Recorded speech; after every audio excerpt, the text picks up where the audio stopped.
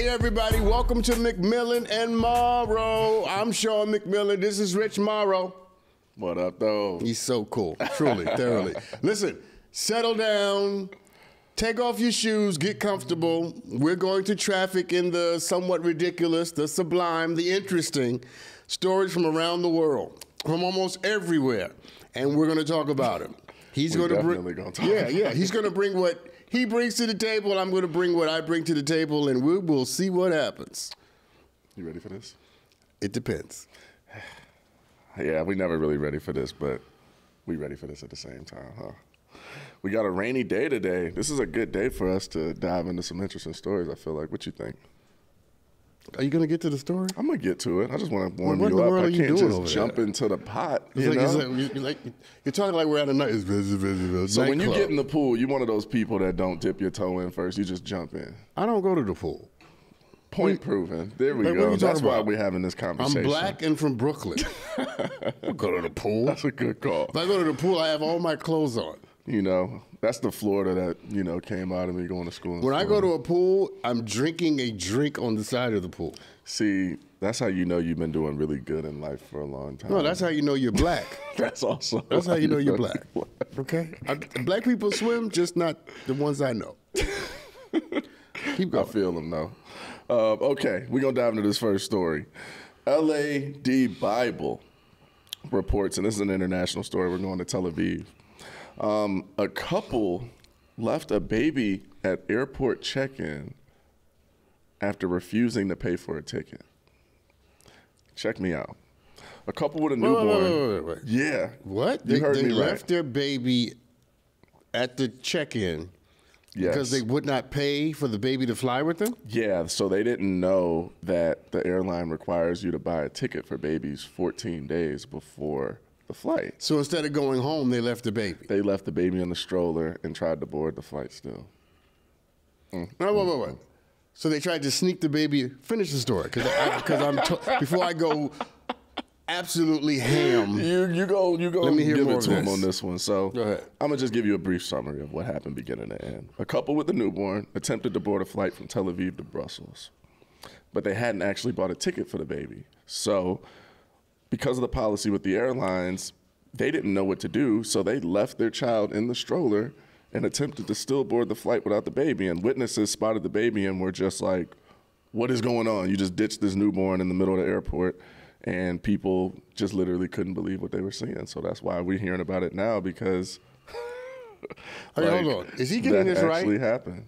Is he getting this right? Because I'm totally confused. Did they leave the baby, or did they try to sneak the baby? They left the baby and claimed that they were just trying to go through security and kind of figure this out, and then they were going to come back to the baby. But they left the baby in the stroller, like, you know, outside of security, alone. You hearing me correctly? They left their baby as if it was like a book bag that they didn't need nothing in. You see, I had to fact check. You just literally can't even believe. And that's why people were like, what? And they called the police.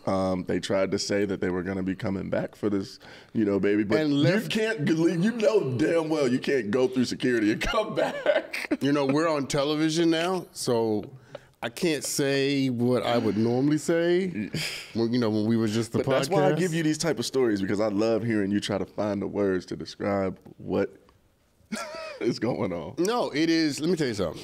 It is a melancholy truth. Okay. That there are too many people engaged in too many things that they are not ready or prepared to handle. An example, having babies. What did I tell y'all about having sex? Huh? What did I tell you? I'm talking to you right now. Having sex, it's a wonderful thing, but it can lead to babies. And if you're not prepared for the responsibilities that come along with that, no. Your Honor, I withdraw everything I just said. Yeah. Let's just cut to the chase. You are a horrible human being. Mm-hmm. If you can leave a damn baby in an airport. Were they arrested? I sure hope so. It doesn't mention that, but I'm sure they were. How's that not part of the story? That's the best part of the story. That part of the story redeems my trust in humanity. Yeah. I want you to be arrested if you leave your baby in the airport. Well, I mean... Not to mention the fact that I also want your ass beat. I want somebody to jump out from security and sock you in the eye, especially the father. I don't believe in hitting women, but especially the father. Sock him in the eye. You don't left your baby? You don't left your baby and going with this woman with a bunch of strangers on the at an airport on the conveyor belt, mind you. Needs his ass beat. No, for sure. No, he does. He needs to be. He needs to be spanked. That's what he needs. And it was them together, so it's like that's a conscious effort between the parents. It's terrible, man. It's terrible. That poor child. That poor child. Whatever. I don't know. You don't know what happened to the baby. No, we thereafter. I'm sure the baby is okay, but. Not if the baby's back with those two.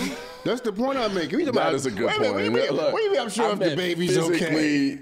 At the end of the story, the baby was okay. The baby is not okay at any level of his existence. So that leads to our point, though. It's never okay culturally to leave your child with strangers. What do you mean culturally? In any way. Not just culturally. No, at no level of human existence. No, it's not a cultural. What culture leaves babies? That's what I'm asking you. Do you think that could have been a factor in the equation? Tyler, do white folks leave babies? Because that's what I'm like. I don't know. I only know what we do in a couple others. Oh no, wait a minute. That's what I'm asking. I was left. Oh, here we go. Right. I was abandoned as a baby. It is a black thing. I take it all back. Tyler, don't say anything. Oh my God! I feel like we just had a revelation. I had a moment. Those who don't know, I was abandoned as a baby and left, in an alley in a garbage can. My parents were 15 years old when they had me, and then they abandoned me and left me. So a janitor found me, and then life began from that. Man. So it sounds like a show. Hold on. I don't think that's not common for black culture. I don't think it's common. No. Yeah, no, that's not common. I mean, we will have babies and then give them to the aunt. Although I do think that it's interesting now that you bring it up, because there's a show, one of my favorite shows, This Is Us, Randall, Sterling. Have you ever, Sterling Brown, the actor? Yeah. So he plays a guy, Randall. He was actually left, except I think it was a fire station.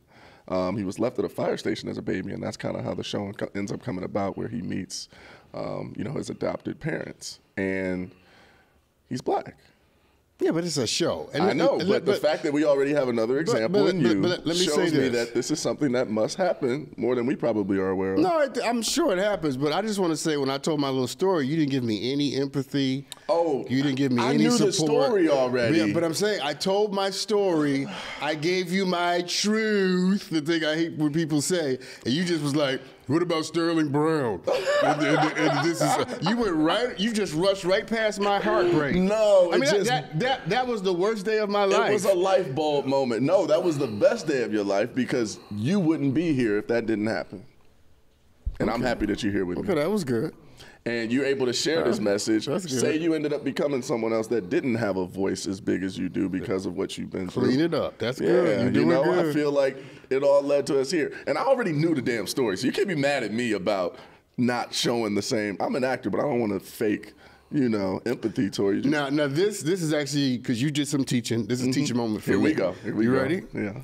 This is good for a relationship. So when you get married, right? You get married, you find the woman of your dreams. She's going to tell you things that you already know. And here we go. And every time she gives you a piece of her that is significant, you have to respond like you never heard it before. And receive it with love. I got that. Trust me, I'm helping you, son. That was a gem. He dropped a nugget there. Yeah. He dropped a nugget. I think Aaron will agree with us on that one. He felt that. I could feel his energy. And that's true for your children. No, like every time your children bring you something that's important to them, you may already know. It got to be the greatest thing in the world at the time, though. You respond as if you don't know it. And that's actually a great example, because I do feel like I feel that around kids. I love, being around kids and working with them, especially in entertainment, because a lot of them are so, excited and doing something that they love to do. But I've noticed that in my friends that are, young parents, the excitement that they, bring every day. And I see now, it's like, that's a full-time job. Like, you really have to be very, very emotionally intelligent, I feel like, to be a great parent. How about to be a great human being? And human being, of course. A person who is emotionally unintelligent will never understand the depth and the reach of their humanity, nor their capacity for greatness.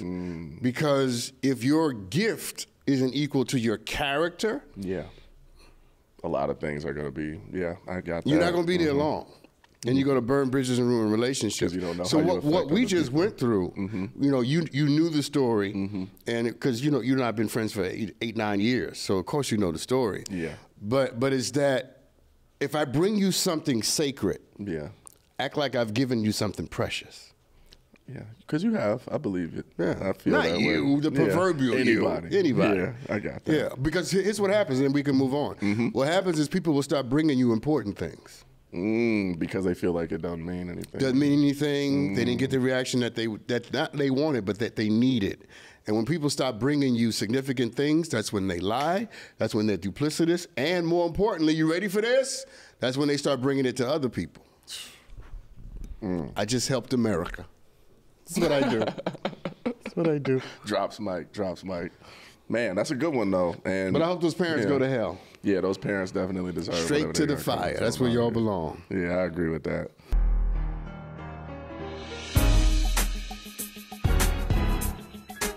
So moving forward, we're going to slide over to Japan.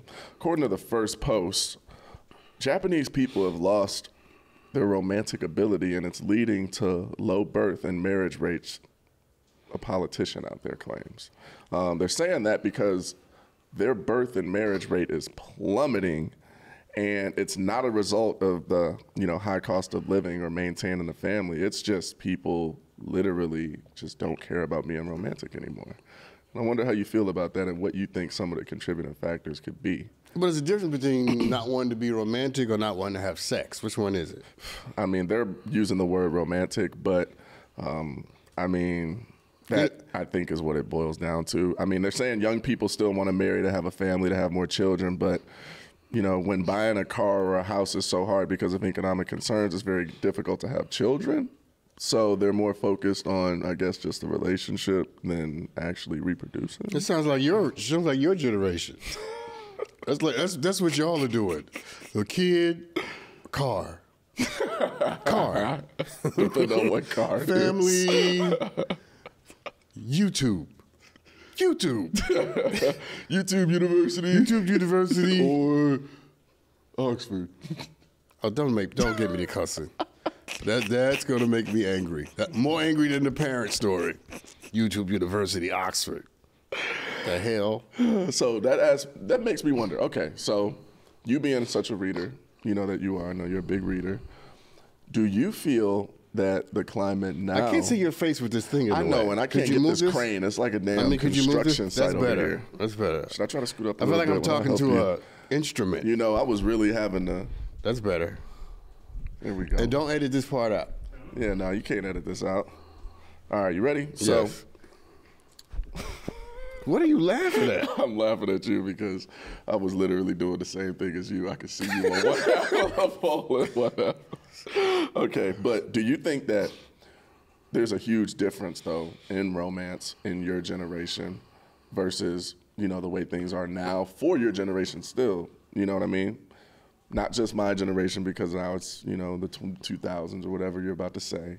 But do you think that your generation has changed with the times, or do you think you guys are still the romantic, Well, okay, let me say this. I think every generation has its own attempts at romance. Mm-hmm. What makes my generation different from yours is that we don't do it through a phone. That's true.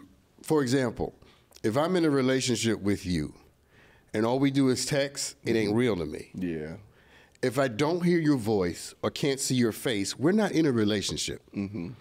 Now, because everything that we have is really just in my head, right? Because you never actually. Your generation, you can have a whole romance. Oh yeah. Via text. You can have a life. And y'all don't see any problem with never talking on the phone, never FaceTiming, and almost never seeing each other. You gotta quit using this word "y'all" as if I'm grouped in this whole category all the time. You're one of them, man. No, you can't. I'm 30 years old now. If I can't deny the stupidity of Generation X, you can't deny the stupidity of the millennials. Hey, the millennials are a step better. I feel like, at least. Whoa. In that regard. Whoa. Because we were the last ones on the cusp of not having that. I didn't have it when I was younger. Like my first crushes and things growing up, I wasn't allowed to text them. Okay, you mean older millennials. Older millennials. That's where I'm at. You keep on grouping me into this. So where does the cutoff for millennials? I don't know. I don't traffic in these things. Because I'm not Generation Z and I'm not, is there something in between? Okay, I'm not Z. Z is after you. I know, but I'm saying, is there something in between me? No, it goes from X to millennial. So X, you're our children. Yeah. Okay? So what does that make Baby boomers are my parents. Oh, they are? Yeah. I damn near thought you were a baby boomer.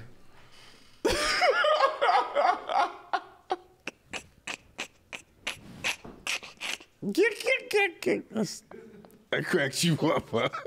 Because the look on your face, you're about to jump off that I thought about slapping the hell out of you.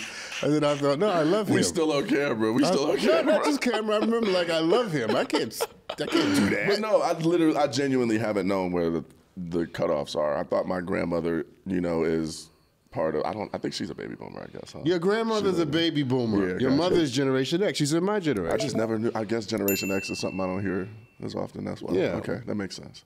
There was a point we were trying to make with this. Okay. I was trying to make with this. Yeah, I know. We lost train of thought. There we go. That romance is different for every generation. Agreed. I think the thing that my generation still, believes in contact, actual human contact. Mm-hmm. Excuse me, conversation. Mm-hmm. Face-to-face interaction. Your generation, not so much. And Generation Z, even worse. The ones after you, even worse. Yeah, it's getting worse. It's love via a screen. Yeah. Let me tell you something about love, son. It don't work like that. Yeah. Because love is an actual decision that one makes to be committed to someone and who they are and what they're aspiring to become that requires interaction. Yeah. Anything other than an actual interaction is you falling in love with something you invented in your head, which is ultimately narcissistic. Yeah. Right? Yeah. Because it is being in the presence of the other person that pulls on me, that extracts from me the best of who I am and the worst of who you are. If I never have to encounter that except through a screen or do some letters through a text. Are you ever really encountering it? You're never really required to do the work that love requires. True. Which is to be in your presence, to look at your face, and want to pour some hot grits on you. But to choose... Medea style. I'm not going to do that because I'm worried about what will happen to you. Which is love. It is a decision that is only made in the presence of the beloved. So that brings me to a point.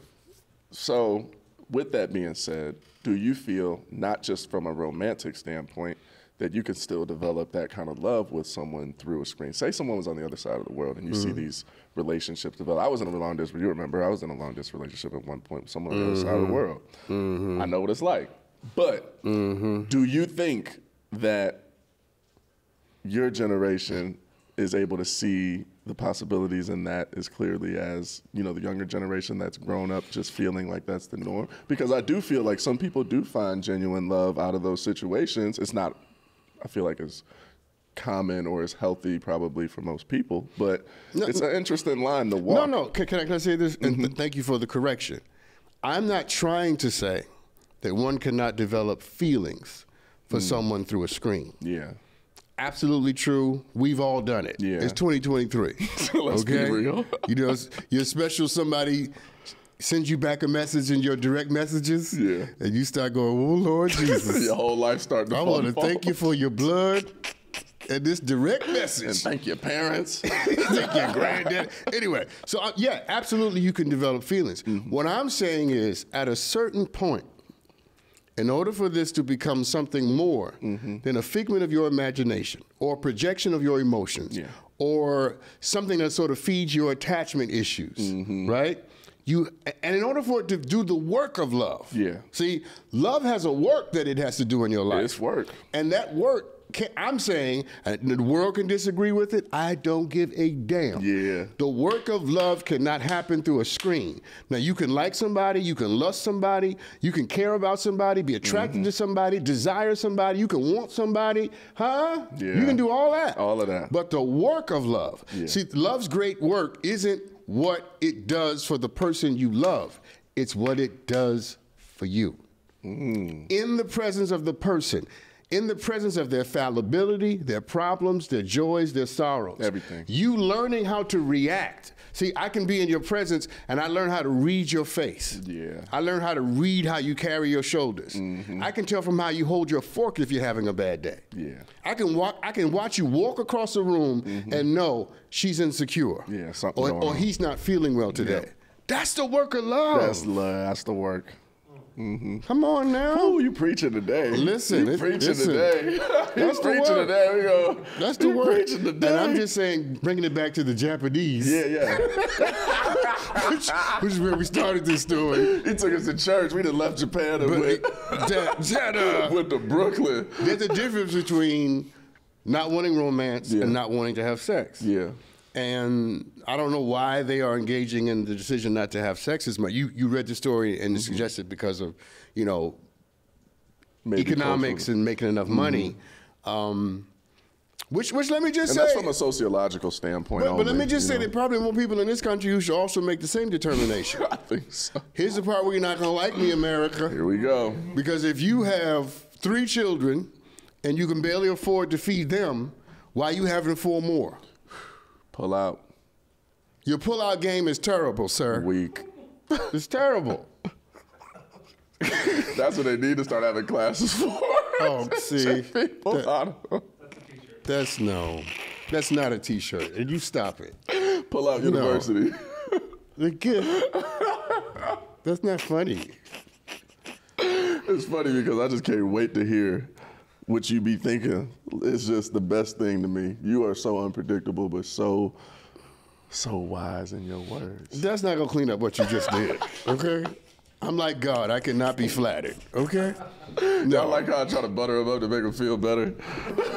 So I can get less heat from this side of the room. So my point is, people, okay? My point is that I'm okay with people not wanting to have sex as much or have babies. That's a choice every individual gets to make. Yeah. But I'm not okay with a world, living in a world where people disavow romance. Yeah. Because I think we need it. I think, you'd be surprised at how many men as much as women want to be desired. Yeah. Want to feel like you want me, like you need me. Not need me to pay your bills or need me to make you feel special. Need me in your presence. But you want me there. Yeah. And women need that and men need that. And it's the ability to make another person feel special. Yeah. To feel like they are indispensable.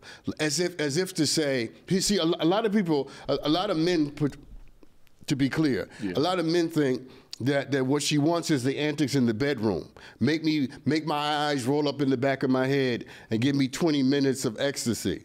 But the truth of the matter is, what she's really waiting for is for you to, when you get done with all that, is to roll over and say something that speaks to her spirit. That means something to her. Is to roll over and say something that makes her free from the silliness she had to live through when she was a little girl. Now, she can do it herself because she's that kind of woman. But you can assist in that. It's the yin and the yang. And what men want is to be in the presence of someone who makes us feel special. And that's romance, right? That's what it means to be seduced. That's our version of it. To be seduced. And I don't want to live in a world where people give up on that. I think there's so many hurt people who've been cheated on and broken and disrespected and disavowed. And I think that what happens is we are living at a time where people no longer believe in romance. They don't believe in love in the way that I express it. And that's what I'm feeling. But it's a valid conclusion because of their experiences. Exactly. But what I always say, and I've said it to you before, do not blame love for what people do in the name of love. It's like being mad at the paint because the picture isn't beautiful. Yeah. You got to blame the artist for that. Whew. You know I like that one. Yeah, no, it's true. That is true. It's true. It's true. So, my Japanese brothers and sisters, I wish you romance, and sex is great, people, just so y'all know. It's a wonderful thing. So, but do what y'all want to do. Yeah. As for me in my house. You need the whole meal. Listen, don't bring me no appetizer. The devil is a lie. You ready for this next story? I'm too old for salad. Hey, you too old for salad. I'm not even going to decipher that one. I'm going to just move on to this next story.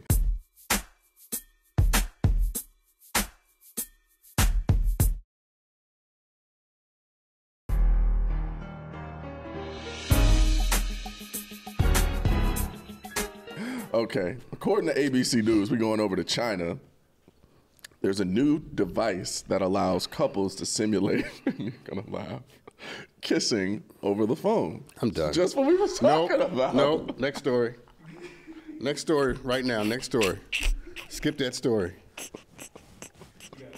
A new device out of China, though, allows couples to share a kiss with real physical intimacy. Okay. Anywhere in the world. And it attaches to your phone. It's equipped with a silicone mold of the person's lips that have sensors and actuators to mimic an actual kiss. Did I not just say next story? That's why I'm pushing it, because I know something's going to come out. No, nothing's coming out of this. The kissing can also transmit the sounds made by the user's partner on the other end. So if you moan while you kiss, you know, some people are moan kissers. You can simulate that too. It also was created by someone who said the inspiration was for his own long-distance relationship that he had. So instead of getting his ass on an airplane. And look, he's probably rich. Yeah, he gonna simulate some kissing. And there are a bunch of dummies in the world who will settle for that. Who will absolutely take that to be something positive in their lives. I can simulate kissing someone. I mean, they got whole sex dolls now. I don't think you can say that. Oh. Now that we're on television. Yeah, well. Okay. All right. They'll beep it. You just cussing? It just slipped out. That's how you know. You know what my mom used to say? When I'm cussing, that's how you know I meant with us. I don't know what he's laughing at. I really don't. Because it just slip out. You know, sometimes you just slip out when you really speak in your mind. I'm holy. I don't do stuff like this. Oh, no. We know. We got video proof of your slippage. So I'm not hearing that. But crazy part about this is, dude, no, I'm not even going to ask you because the look you just gave me, you're going to make me laugh before I even ask the question. What do you want to ask? Go ahead and ask. That's what we're here for. You know how every app or, you know, device ends up having upgrades? You think they're going to upgrade to having a tongue so you can French kiss it or no? I guess that's Ooh, Jesus, Lord. Hold my peace. God. It's because knowing people, they're not going to be using that for kids. You know what that reminds me of? I imagine when your son wrecks your car, and then he comes to ask you to drive the car again. That's what that felt like. That's what that felt like for me. Like, because you made me have to ask it, and I wasn't going to ask it. I actually was literally going to let it go. Like Negro. I was going to let it go, but I'm curious because you know how people are. Everybody always got to push things to the limit. We can't ever just keep something where it's like, all right, you know, this is in the middle of the I don't know why lines. we're still talking about this stuff. I really don't. I have nothing to say about this other than how stupid it is. But I will say this, and I mourn for all the people who will accept this as a suitable replacement and substitution for the real thing. Love is not digital. It is an analog reality. Now you can lust, you can like, you can desire digitally. But what I'm talking about, I need your real lips. Yeah. Not something through the phone. You guys put too much value in the damn phone. You gonna stop using that term, No, you're one of them. You're one of them. Hey, when I'm around you, you touch your phone like 37 times a day. It's a part of my you guys. Life. You see? It's a part of your life too. No, not like yours. Because you're not on TV and television all the time too. You are actually, but I'm about to say, what do you think this is? It's different. What is this? What are we doing here? You're not an actor though too, so I have to be aware of what's going on with my other peers to take in the whole human experience and be able to use it in my craft. You are not taking in the human experience on a damn telephone. You not understand what I'm trying to say to you? What is wrong with you? I'm taking in the human experience through a phone. You take in the human experience when you put the phone down. Let me live my truth. No. Oh, did you say my truth? No, I'm not letting you live a fallacy. Just because you do it doesn't make it true. Just because you think it doesn't make it true. Just because you've accepted it and reduced yourself down to the standards. You're not accepting my reality right now, and I don't really appreciate that. Just because you've reduced yourself and accepted the standards that demean you, that doesn't make it true either. And someone who loves you is not going to let you do something stupid. Let that fly, huh? Yeah. And look, we're looking in between these poles again. You know that, right? I feel like we like neighbors. We look between the. See, now you're trying to obfuscate. That's what you're doing. You're obfuscating. This is called obfuscation, people. Give them the definition of obfuscation. No, I'm gonna give them a situational preposition. Here we go. Whenever you change the subject, you're obfuscating. Deflection, huh? Yeah. It's a deflection. That's a synonym. Put your phone down more often. I don't have it right now, do I? Only because you're on television. No. Put your phone down. Next story. Thank you, Jesus. Dad. Thank you, God. I almost spoke in tongues.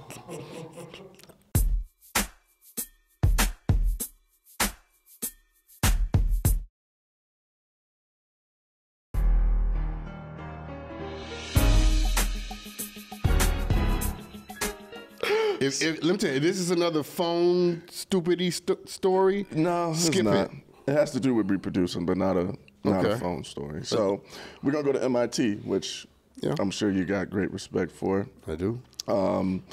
Americans, according to MIT, are ready to test embryos for future college chances, a survey is showing. What? Yeah.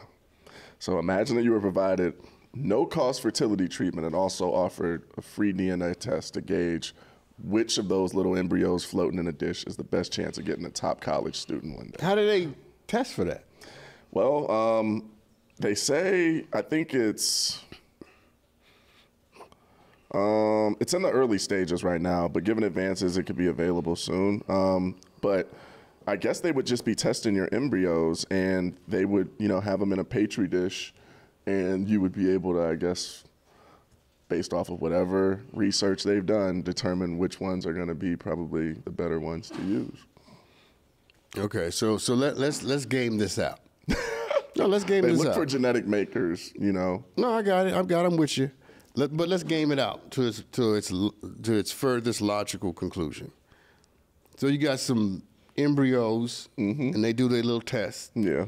And they decide, oh, okay, let's find the one that's most likely to do well in college. To have intellectual aptitude. Okay. But here's what they forgot. A great mind does not always make a great heart. That we don't just need people who are smart. We need people who are willing to be good, to have genuine character. No. Before you jump in, you do know Donald Trump went to an Ivy League school. And he is the least educated man in America. He went to the University of Pennsylvania, to the Wharton Business School. He was in the Ivy League. UPenn, I'm totally sorry that you guys have to be associated with him. So, yeah, you get the point I'm making, right? Yeah, I hear you. No, it's not. It is not enough. Listen, don't tell me you got a master's degree in whatever it is, sociology, philosophy, whatever, and you are sick and need a master. Don't tell me you have a PhD in whatever it is. Yeah. And then you a liar and a thief and a cheat. So just being able, and you can't, an embryo, no test is going to tell you what the character of the kid's going to be. That's definitely true. I would rather have, this is from the heart, I would rather have a kid with a GED that was a loving, honest, decent person. Human being, yeah. Than have Donald Trump. Ivy League degree and an asshole. Yeah, I agree though. We need more good people.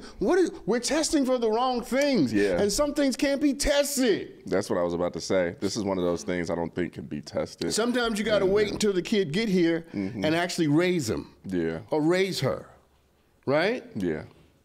If you had given me a test when I was an embryo, I might not have shown that I was intelligent enough to go to college. Yeah. I didn't blossom as a mind until I was deep into high school.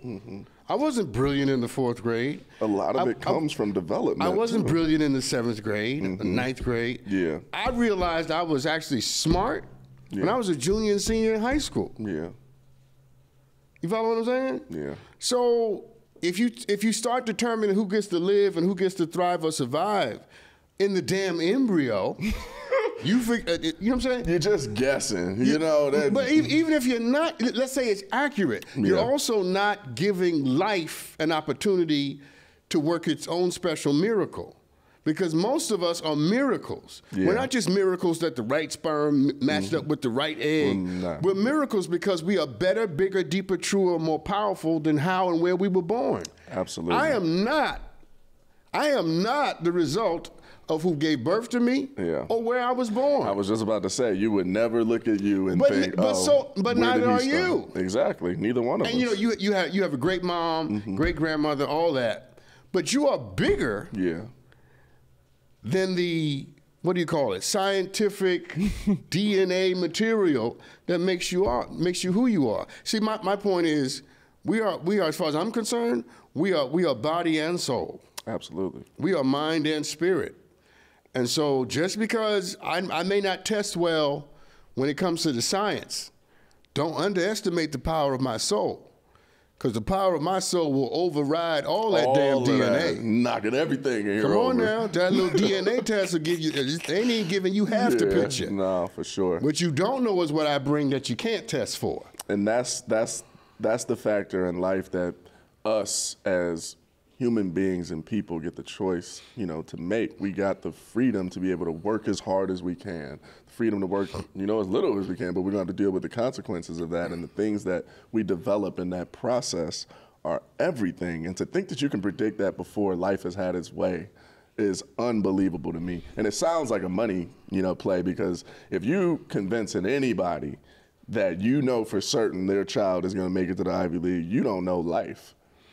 Yeah. Because I know from just my 30 years on this earth, there's people that have had their lives laid out for them from the very beginning that have ended up way far left than people who started off somewhere that ended up somewhere that they never thought that they could be in. People never would have put a dollar on them ever being, and they put their whole life into it. And now you get to see the results of what life, can really be. And that's the miracle. And people don't give that as much credit, I feel like, as they should. But let's also, first of all, that was great, all of that. I affirm all of that. This is you showing an example of showing that love. When somebody gives you something precious, you got to receive that. I see you. I appreciate that. I'm going to do better. Thank you. Thank you. And it's the laughing that... I'm letting you know that I'm learning. Okay, drink some water. Yeah, I'm going to drink that over, but just know I saw it. Okay, let me tell you a story. Because I think we not only need to indict the scientists that do this stupid stuff, but the parents who want to know. So let me tell you a story. So my mother adopted me when I was a baby. She also adopted my younger sister, Iris. Okay. And she adopted my younger brother, Curtis. Okay. I didn't know that. Yes. So here's the thing about Curtis. Curtis was born to a woman addicted to drugs. He was born with some sort of palsy because he was premature or something like that. But more importantly, he was born with AIDS. Really? Born with AIDS. Wow. So here's this black woman raising these kids by herself, okay, with a 6th grade education. Whew. And she chooses a child, one left in a garbage can. Literally one who survived the fire, my sister, and one, Curtis, who has AIDS. Wow. She chose what these parents who want to know would have never accepted out of the petri dish. They would have never even gave them options to choose them, probably. They would have never chosen the ones. But this remarkable woman chose 3 broken babies and gave her love to them unconditionally. And look what it did. Now, Curtis died, and her sister and her family, why are you bringing this baby in? This is back in the 80s, when we didn't know anything about AIDS. Yeah. We thought if somebody touched you, you get it. You're going to get it. And she did not listen to her sister, none of her nieces and nephew, and she treated them with dignity and respect and all of that. Yeah. And it taught me something.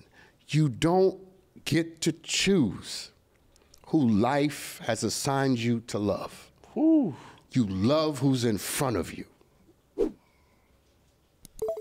You know what my mom told me? You know I love pulling out my mom's quotes. And just like that for you, it changed everything for me. Was she picked up someone one day and I was wondering, you know, what was going on. She helped this person that we didn't know. And when the person got out of the car, they had a child with them. So that was what really reflected to me, was they were walking, we were driving in a car. That could be us. Give the woman a ride. We drop them off. My mom forces her, you know, almost to like get in the car because it's a snowstorm. And I'm like, wow, like that was so nice. But I'm surprised my mom had stopped, because I'm sure they had been walking and nobody had stopped all day. My mom looks at me when they get out of the car and goes, you never know which one could be Jesus. So from that point on, I viewed everybody in front of me as if they could be Jesus and that person that was meant for me to love. And I feel like that has been the foundation of why I've become the person that I've become. And say my mom never taught me that or anything, I think I still would have learned that, because it was meant for me to see that interaction and that encounter. And sometimes it doesn't take somebody having to tell you or teach you verbally, but examples. And that's why we need more people that actually value the things that you're talking about. Because, man, if, like you said, if your mom didn't make that decision, think about how many lives you changed. Think about how many people you've helped. Think about how many things you've done throughout your life that never would have happened because she would have put that decision in somebody else's hands. It's crazy. Exactly. And it just brings up how many of those miracles we've missed out on in life because that's been going on. Yeah. To which I would simply say, you don't have to be intelligent in order for me to love you, but you do have to be a good person. Yeah. Amen. Amen. Shout out to good people. we need Shout out to the good people. Yeah, we talk about a lot of the damage and broken on this show, but I feel like we definitely got to make sure we. Aaron, are you a good person? Give praise to the good ones. You already know. You're talking about I already know. See, that's such a vacuous answer. No, you're a good person. Oh, let me tell you a story real quick, all right? Aaron, this relates kind of to what you just did. I was talking to someone on the phone. I'm totally off script now. Yeah, no, you I was talking to somebody on the phone. I was complaining about something, and they said to me, well, you know, I told you how it was. And I said to them, what the hell does that mean? So because you told me in the beginning, that now negates all the consequences that comes along with. No, that's just not. Because you told me? Just because you told me? Oh, okay. Well, no, that's not how it works. Yeah. My point is how we use colloquialisms, and we don't really know the work that they're not doing. You already know. Yeah. No, No, I don't already know. Hence the question. Yeah. I already told you. What? That's a lot of people's favorite excuse, too. No. I already told you, so you can't be mad. No, I can be mad. Just like you had the right to warn me, I have the right to react to what you did, even though you warned me. Yeah. Okay? Yeah. And let me tell you what I did, just in case y'all are wondering. Because I think when somebody warns you, and they tell you something, and then they do it, and then you don't like it, you have to be grown. And the grown part isn't being mad at them. The grown part is making a decision with respect to yourself. You know what I did? Deleted their number. Because you're right, you did tell me this. And you're right, I should have known better. You like it now, and you're I do. right, I don't like it, and the fact that you told me doesn't cover what you did. But now that I'm empowered with what you told me and what you did, I'm going to act on that. I'm going to make a decision. And the decision is you can kiss my ass. So he walked his way right out of your... Listen. And you know I got the gift of goodbye. Absolutely. Listen, y'all. Do y'all watch this show? Because if you watch the show, you know what I'm about to say. I will forget your mama ever had you. I will forget they tested you in a Petri dish. My thing is, once I'm done with a situation, I never forget why I'm done. Yeah. I never forget why I left. I don't romanticize. Yeah. I deal with it as it is. Yeah. There is a reason we don't talk. Yeah. You know what I'm saying? There's a reason we don't talk, and I'm okay with that reason. Yeah. Unless you can show me that Jesus, you mentioned Jesus, Yeah. that he done reached in and changed your little soul. Yeah. I don't need to talk to you. I'm good. Soul, baby. You already knew what it was. What the hell? Oh, that covers it. Oh, That okay. absolves you of any moral responsibility. Yeah, we can't. That ain't flying in 2023. We ain't using that excuse no more. I can inflict pain and it's okay because you already knew I how. told you it was gonna happen. Well, okay. Thank you, That only works in a Nostradamus. threat when something, you know. No, that only works with a child, Yeah. not a grown-ass man or woman. Now, you can do that with a little girl, a little boy, a little 20-year-old. Yeah. But I'm like, do you know how old I am? Yeah. You don't get to say that to me. There's going to be some consequences and repercussions. That's so funny. Okay, we gotta move on to this last story because we got 5 minutes. Okay. See, you want to rush me with my good stories, and then you want to talk about people kissing the phone. I'm not trying to rush If you. you'd have cut out 5 minutes of the let you phone rock. kissing. I'll let you rock. We was off the rails 10 minutes ago, and I just let it rock. You know, I let you do what you do. You know, so I don't think I like the term "let me." I'm not saying let you. I didn't interrupt. I didn't. Okay. Y'all know what I meant, right? See? You see? Just asking. Go ahead, go to the next I one. told no. You know how it was. I already told you. That's good. That was good. That was good.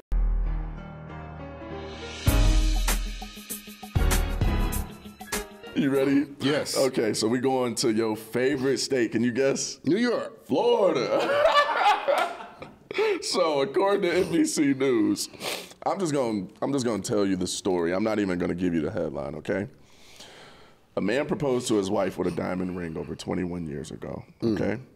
Shortly after she lost the ring, she told him, I think I may have flushed it down the toilet by accident, right? The husband, 21 years ago, climbed into the septic tank in their house so that he could pump every bit of it through a strainer to try to find it. No luck. I love him already, though. Please He's a romantic, I'm sure. Please let this story end well. 21 years later, a local plumber was hired to replace the toilet, and sure enough, they found it. After a good cleaning, the ring was given back as a Christmas gift to his wife. There's a lot of shit on that ring. It's a lot of excrement on that ring, though. Wait, before you go any further, there's a little drop of wisdom here. Sometimes getting the thing back that used to be precious may not be as fulfilling as you think it is. Sometimes you need to let things go. So you wouldn't have had the reaction that she had. She quotes, "It was kind of an ugly cry. I sat there and I was like, oh my gosh, this is my ring. This is my ring."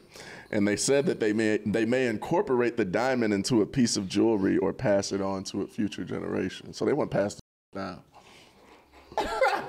Right, the ring, they want to pass it down.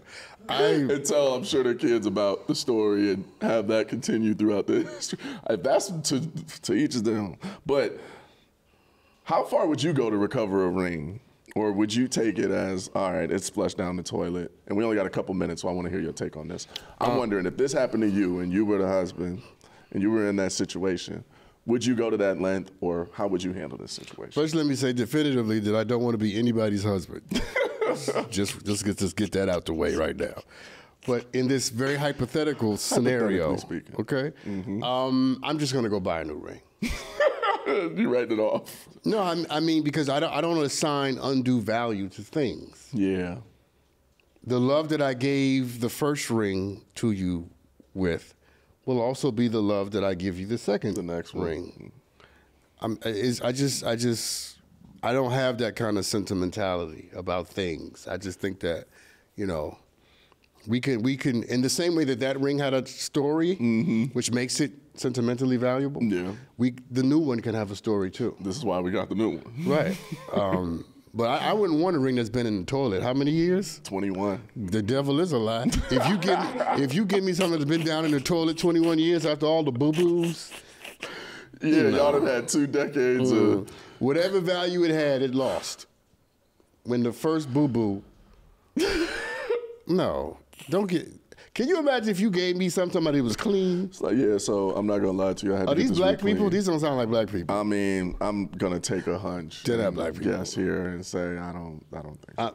I know I'm being a little racial, but can you imagine a chat? You may disagree.